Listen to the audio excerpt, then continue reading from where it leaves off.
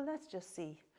And I've got my kitchen paper ready, yeah. So let's see. I think I will start with something just here, you know, for the background.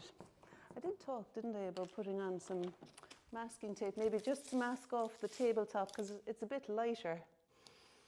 I might give more space to the flowers there. So if I mask off, and we need to be careful with our masking because sometimes when you pull it off, you pull off the table and you've got a bit of texture, you know. But if you don't want that, you know. Okay, so yeah, what am I doing now? Putting on, the background. Great, and a bit more. It feels good, you know, to start making moves. And remembering, of course, to breathe. Yeah. Okay, and I mean, we could even just chance this as well. Like, I might even put a line across where I see the paneling there, just to make some sort of horizontal of a different color. Maybe. How was I holding this? To make a horizontal of a different color, you know, around this area where the panel, the thing is, the dado rail, is it? Just to have a nod of something horizontal there. And then I might then just use the kitchen paper like a drawing tool and just indicate the position, say, of that daisy. Like the daisy coming out there-ish. Yeah. So it's a good idea. That was a good idea, Breed, to start with. If you've got white flowers, it's kind of nice to play with the background first, maybe. And then I think I'm going to work with the green. I feel I've got my back to you completely, Linda, but that's okay, isn't it? Yeah. All right. And then I'm going to use the green. Now, I said Viridian and Hooker's green on the thing. I've only got phthalo green, but it's fine. And you can use it if you want it.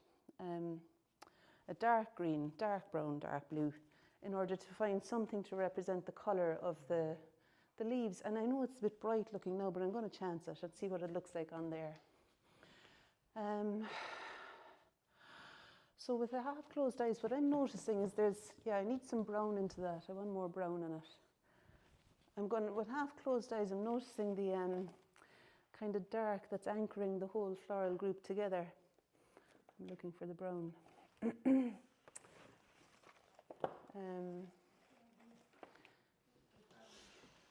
Thanks. This is Linda's brown. Thanks, Linda. It's Van Dyke brown, which is what I would normally use. Yeah, that's brilliant. Thanks very much. And the Hooker's green as well. Thanks. Okay. Linda and I met years ago. You were reminding me in Castlebar, and I did a portrait course there years ago. And Laura came as well, didn't she? All right. No, so yeah, a bit more brown into it. And I mean, this dries fairly quickly, especially picking up a dry brush. You know, the paint is going to dry fairly quickly, but you know, it's okay. It's good. I like that you can kind of play about with it a bit. So what do I want there now? Yeah, and I want to describe, there's these lovely fuchsias extending from where I'm standing. It's extended significantly out this side, and it's more sap green than the eucalyptus. So there's, and I have sap green, believe it or not. I had sap green, believe it or not. You'd be killing me. I'm going to need to give you something very special at the end of this. Is that sap green? No, it's the Hooker's green. I definitely have a big tube. There it is, for fuck's sake. It's sitting beside me. You can take mine after this. Okay. And see, just out of interest, if it's the same colour. Isn't that interesting? See, the sap greens are so different. This is the thing, isn't it? Between some brands, you get such a variety of shade. I suppose they're both kind of a lot warmer still than the eucalyptus, but that's a big difference. And even, so that's that one, and that's the other one. Yeah, exciting having the two of them, actually. Okay, so there are the two of them there, look. That's nice. Yeah, that's handy. So the fuchsia is going to be, I think it's something like that. And I'm going to go with the stencil-y thing for that. You know, bring in something of the character without having to labor over it. I think an awful lot of this is because I feel like I don't want to use energy getting worried about it. I want my energy to be on joy and the kind of love of the thing. And there's some in the hydrangea flowers up there too, the hydrangea leaves. And even maybe a little touch of this collage might work for some of those greens that I'm seeing in the middle of the setup there. There's one here, I think, I don't know. And with collage, you can take it or leave it. You can put it on and take it off, and, it's fine. And there'll be a really bright daisy sitting somewhere here. I suppose since I noticed it and it's still wet, I could maybe lift off the paint a little bit there too to describe that littler daisy, which might be there-ish. But if it had dried, we know that you could get it back by using collage or by painting white paint, letting it dry and then coming back and chiseling the shapes around it. Let me see. I think maybe I put something for the jug in. Although, while we still have that Payne's grey on the paper, I'm going to, thanks for this, Stephanie, that's handy, that tissue paper. While I still have the Payne's grey and the yellow there, I'm going to do something on the other, and the masking tape. I'm going to, do something in the background on the other side. Oh, it's very yellow. I tear off that top one.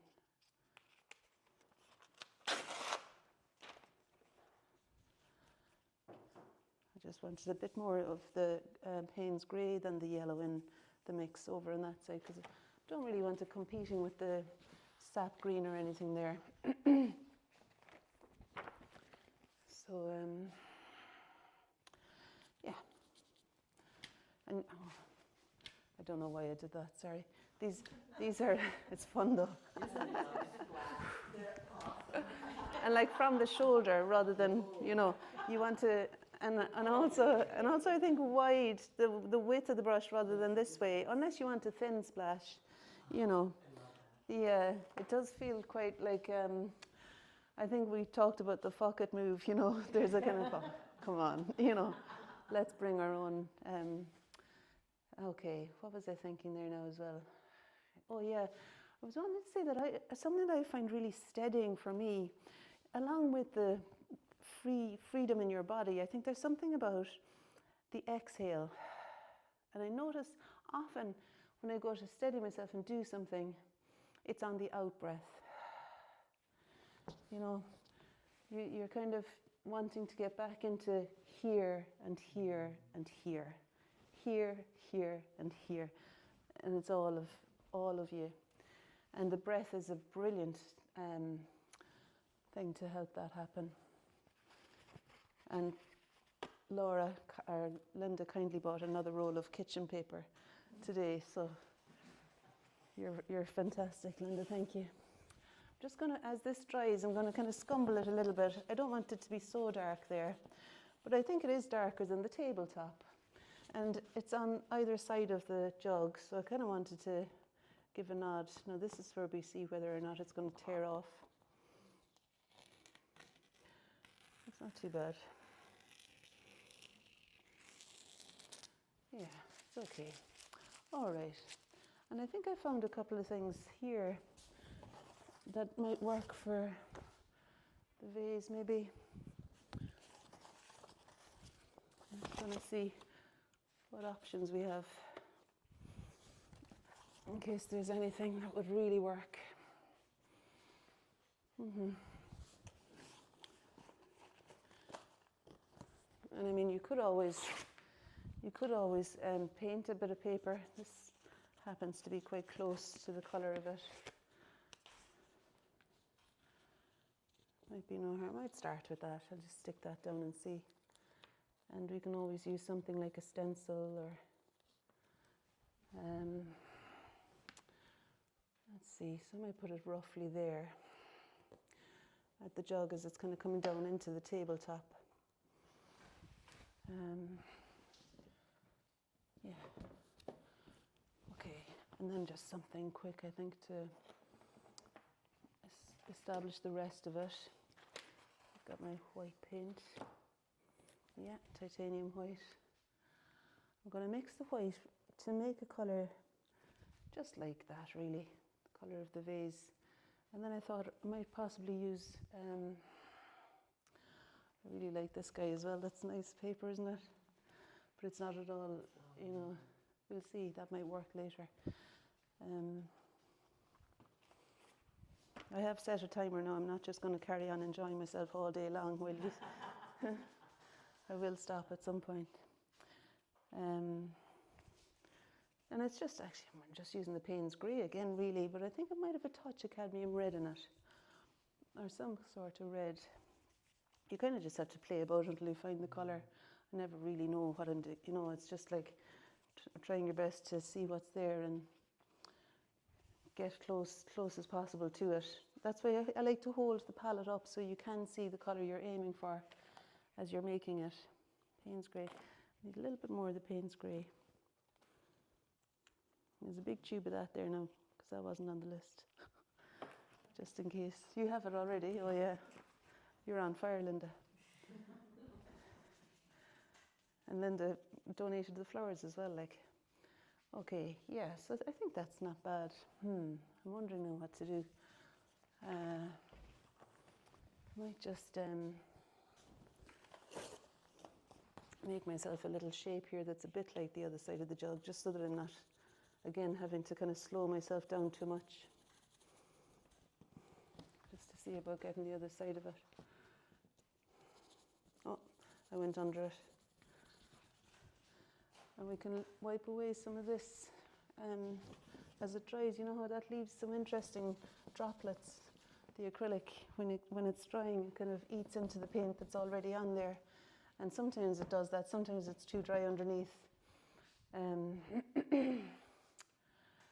Yeah. I think maybe a stencil might be fun there now for the jug.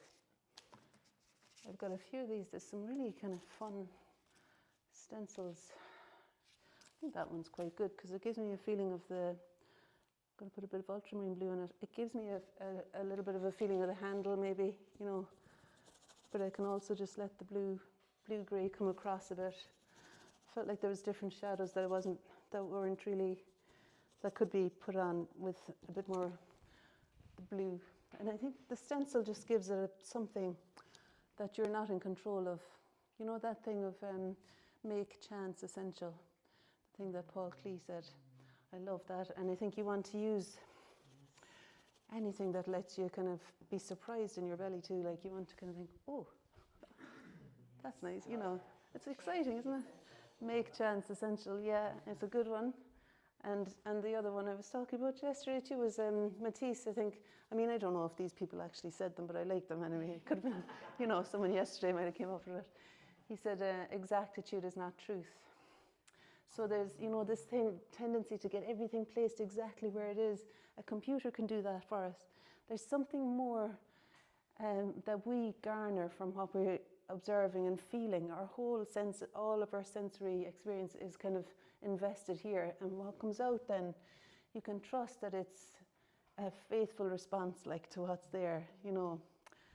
So there's something, exactitude is not truth. There's no need to slavishly try and capture everything, but see about feeling it and expressing your response. And then we've got the hydrangea. I think a bit of colour now would be no harm. I'm sure there might be something that, even in the, thanks, I feel like you're looking for the things I'm looking for as I'm looking for them. Like, can I help here? I could do with people like that in my life generally. So I thought just to put the hydrangea, I mean, that daisy might drop a little bit actually. And sometimes, you know, it's helpful to have that as an anchor. After saying about the exactitude is not truth and all that, it's kind of exciting too to aim for what for what's here. I like to observe what's there and try and get things like there's a line between that daisy and the fuchsia, and the white one sits along it, the little daisy. So it kind of suits me to see that, and I want to put then the hydrangea here. So the whatever colour that was that I used earlier, I think maybe it was what is it now? permanent rose it was, I think, mixed with the and after the stencil goes on, if you think I'm not so keen on that stencil shape, you can do something to kind of interrupt it a bit and make it feel more organic again. And there's also things like, I was saying this yesterday, there's stuff like the alcohol ink that I'll just try it out and we'll see. I don't know if it's going to do anything here now, but if I put a bit of water on the ground, on the bit, you can't see a thing, sorry. Well, maybe, would you mind holding it kind of roughly horizontal?